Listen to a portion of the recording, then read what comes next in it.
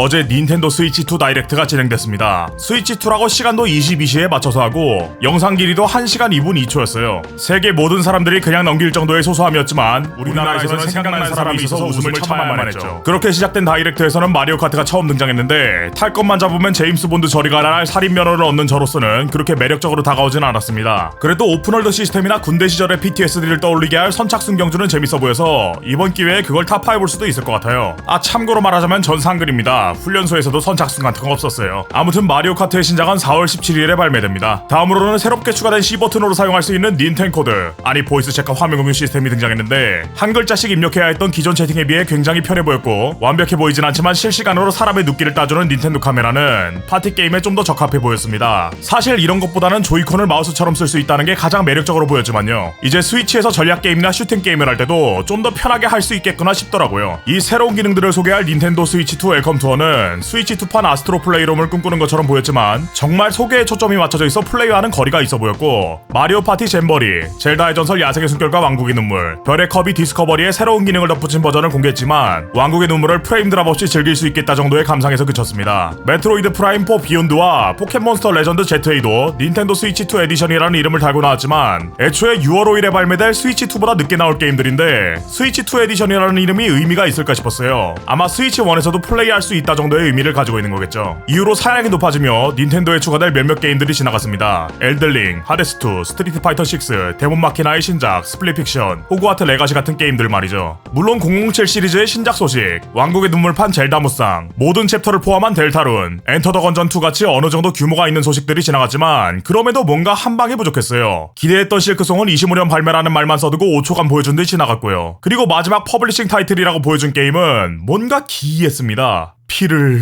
바쳐? 수레바퀴여 돌아라?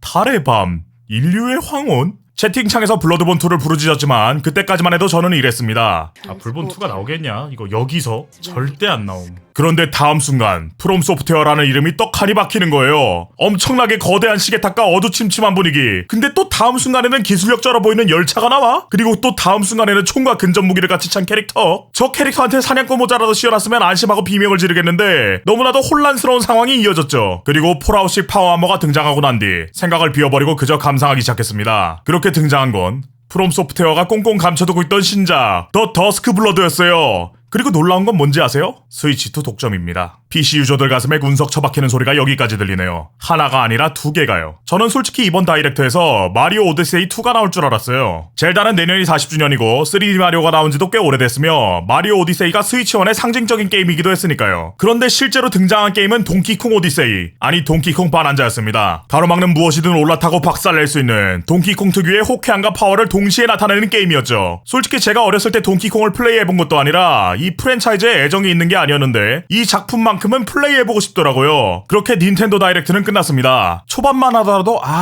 좀 애매한데 싶었는데 2개의 운석이 처박히고 나니 사지 않을 재갈이 없는 다이렉트였죠. 근데 좀 애매모호하긴 하네요. 6월 5일에 스위치2를 산다고 해도 할 게임이 없어요. 동키콩 본환자는 7월 17일이고 더 더스크 블러드는 26년이니까요. 나머지 게임들은 스위치1으로도 플레이가 가능하니 메트로이드 프라임 4와 포켓몬스터 레전드 ZA가 빠른 시일에 나와줘야 그제서야 스위치2가 의미를 가지지 않을까 싶어요.